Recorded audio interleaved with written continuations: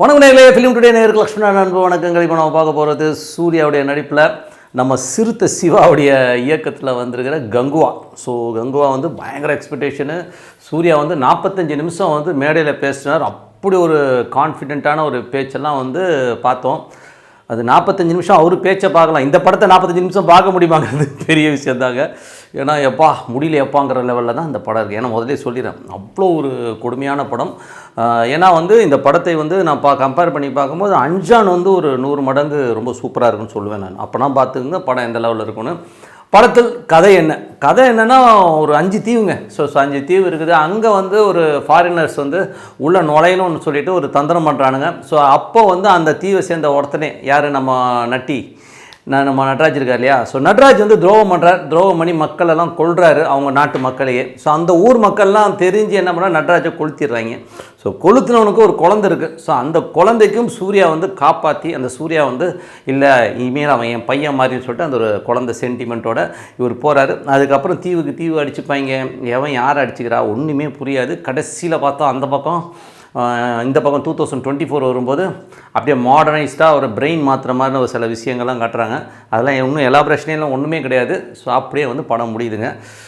அது part two லீட்லேருந்து பார்த்திங்கன்னா கார்த்தி வர அப்படி. ஸோ இதில் வந்து புதுமை என்னென்னா, இது ஃபுல்லாகவே வந்து பார்த்திங்கன்னா நல்லா ஓடின படத்துடைய பாதிப்பில் எடுத்த படம் மாதிரி தான் இருக்கும். ஸோ இது அப்படியே கோல்டன் அந்த தங்கப்பல்லாம் கட்டின மாதிரி ஒரு கார்த்தி. அதுக்கப்புறம் பழைய காலங்களில், அதாவது 1000வது ஆண்டுலலாம் காட்டுறதெல்லாம் பார்த்திங்கன்னா சொத்தப்பல்லு கார்த்தியாக காட்டு வைப்பாங்க. ஸோ இந்த மாதிரி வந்து லாஸ்ட் கிளைமேக்ஸில் வந்து ஒரு இன்ட்ரோ கொடுத்து அப்படியே பூன்னு சும்மா பயங்கர அந்தர பண்ணியிருப்பா அப்படி. ஸோ இதுதான் படங்க. ஸோ படம் பார்க்கும்போது நமக்கு எப்படி இருந்ததுன்னு பார்க்க. ஸோ படத்துடைய ஆரம்பம் பார்த்திங்கன்னா 30 நிமிஷம் தியேட்டரில் உட்காரவே முடியாது. ஸோ அந்த அளவுக்கு வந்து வச்சு செஞ்சுருவாங்க, சாவடிச்சிருவாங்க. ஏன்னா இதுக்கு வந்து பார்த்திங்கன்னா அந்த 2024 நடக்கிற மாதிரி சம்பவங்கள்லாம் நடக்கிறதான் பார்த்திங்கன்னா ரொம்ப கொடுமையாக இருக்கும். அதுவும் சூர்யா அப்புறம் எந்த பொண்ணு தெரியல, ஒரு நார்த் இந்தியன் பொண்ணை போட்டு வச்சுருக்காங்க, ரெட்டிங் கிங்ஸ்லி இதெல்லாம் போட்டு சாவடிச்சு 30 நிமிஷத்துலேயே வந்து நம்மளை டயர்டாகிக்கிறாங்க. அதுக்கப்புறம் பார்த்தீங்கன்னா கதை வந்து அப்படியே பின்னோக்கி போகுது. ஸோ ஒரு 1000வது ஆண்டு பார்த்திங்கன்னா என்ன நடந்தது தெரியுமா அப்படின்னு சல்லுன்னு அங்கே போகுது. ஸோ அப்போது நடக்கிற விஷயங்கள். ஸோ அங்கே வந்து பார்த்திங்கன்னா அந்த 5 தீவுக்கு வந்து ஒரு தீவுடைய தலைவனோட பிள்ளையாக வந்து கங்கு அவர் சும்மா அப்படியே அட்டகாசமான ஒரு என்ட்ரிலாம் பயங்கரமாக இருக்கும். ஸோ அந்த ஏரியாவில் எவனும் வந்து பல்லு வளர்கல, அதனால் எல்லாருக்குமே சொத்தப்பல்லாக தான் இருக்கும். ஸோ அது வந்து ஒரு கொடுமையான விஷயம். அது எந்த தீவில் போனாலும் எல்லாம் கருப்பாக இருக்கும் பல்லு. அது என்னவோ புதுசாக பண்ணுறேன்னு சொல்லிட்டு கழுத்து எடுத்துருப்பாங்க. ஸோ அதுக்கப்புறம் பார்த்தீங்கன்னா நடராஜ் செய்கிற சூழ்ச்சியில் வந்து நிறைய பேர் செத்து போவாங்க. ஸோ செத்து போகிறதுலேருந்து தப்பிக்கிற கருணாஸ் வந்து கடைசியில் வந்து அங்கே வந்து அட்டாக் பண்ணுறது, இந்த மாதிரி விஷயங்கள்லாம். பட் இங்கே ஒரே ஒரு விஷயம், நல்ல விஷயம் என்னென்னா, ஒவ்வொரு ஃப்ரேம் படத்தின் ஒவ்வொரு காட்சியுமே பார்த்திங்கன்னா ஒரு ஹாலிவுட் ரேஞ்சுக்கு வந்து அவ்வளோ ரேஞ்சஸில் வந்து அவ்வளோ அழகாக எடுத்துருப்பாங்க. ஒவ்வொரு ஃப்ரேமும் அவ்வளோ அழகாக இருக்கும். நீங்கள் வந்து எந்த காட்சியுமே வந்து என்னடாதுன்ற மாதிரி இருக்காது. அவ்வளோ அழகாகவும் அவ்வளோ டெக்னிக்கலி வந்து ரொம்ப ஸ்ட்ராங்கான படம் தான், இல்லைன்னு சொல்ல மாட்டேன். ஆனால் கதையைத்தான் காணோன்ட்டு தான் தேட வேண்டியதாக போச்சு. ஐயோ எப்போ கதை சொல்லுவாங்கன்னு பார்த்தா கதை வரவே வராது. மண்டை பிஞ்சு போயிடும். எவனோட அடிச்சுக்கிறானே தெரில. ஸோ இதில் வந்து ஒன்றுமே புரியாது. ஸோ இதில் வந்து பார்த்திங்கன்னா போஸ் வெங்கட்டோடைய கேரக்டர் வந்து சும்மா சாணக்கியத்தனமாக சில சூழ்ச்சிகள் செய்கிற ஒரு ஆளாக வராரு. ஸோ அவர் இன்னும் கண்டினியூ ஆகிறார், பார்ட் 2 வர. இதுக்கு நடுவில் வந்து நட்ராஜை போட்டு தள்ளிடும், கொளுத்திடுவாங்க. ஸோ அது ஒரு மேட்ரு. ஸோ இதுக்கப்புறம் படத்தில் வேறு என்ன தான் இருக்குது அப்படின்னா, இவர் அந்த பையனை தூக்கிட்டு ஓடிக்கிட்டே இருப்பார், சண்டை போடுறாரு, ஓடுறாரு. அதுக்கப்புறம் பொண்ணுங்கள்லாம் வருது, அவங்களும் சண்டை போடுறாங்க, ஓடுறாங்க, திருப்பி இந்த பையனை தூக்கிட்டே ஓடுறாரு. இதுதான் படமே.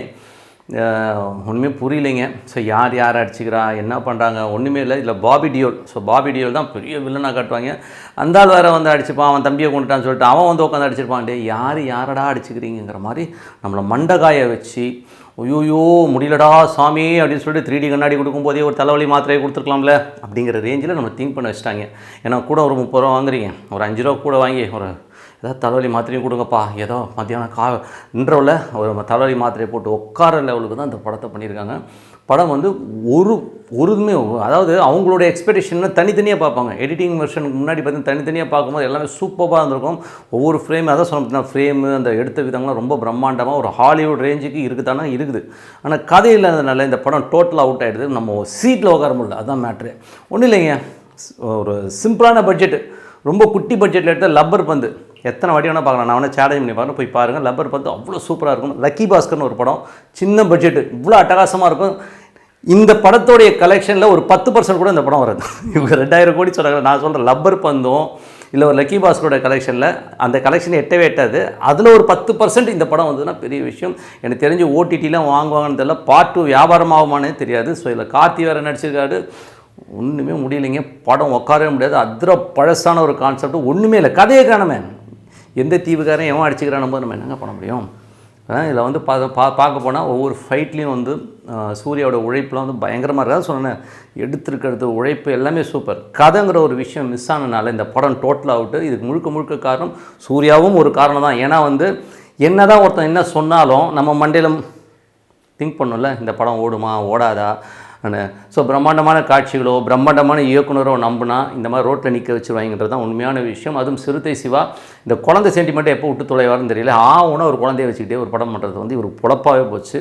ஸோ இது வந்து ஒரு அசுர மொக்க.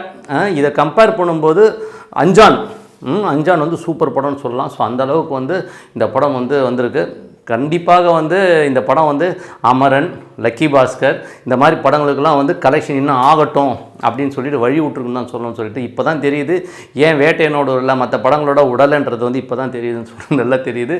சூர்யா சார், உங்களுக்கு ஒரு சின்ன விஷயம், நல்ல கதைகளை ட்ரை பண்ணுங்கள் சார். தேவையில்லாத மொக்க பெரிய பிரம்மாண்டத்தை நோக்கி நான் கேஜிஎஃப் மாதிரி பண்ணுறேன், விக்ரம் மாதிரி பண்ணுறேன், நான் பெரிய பிரம்மாண்டமாக பண்ணுறேன்னா கதை இல்லாமல் என்ன சார்? கேஜிஎஃப் டேரக்டர் ஊற்றிக்கினார், புரியுதுங்களா? ஸோ கேஜிஎஃப் டேரக்டர் ஊற்றிக்கிட்டார் இந்த படம்.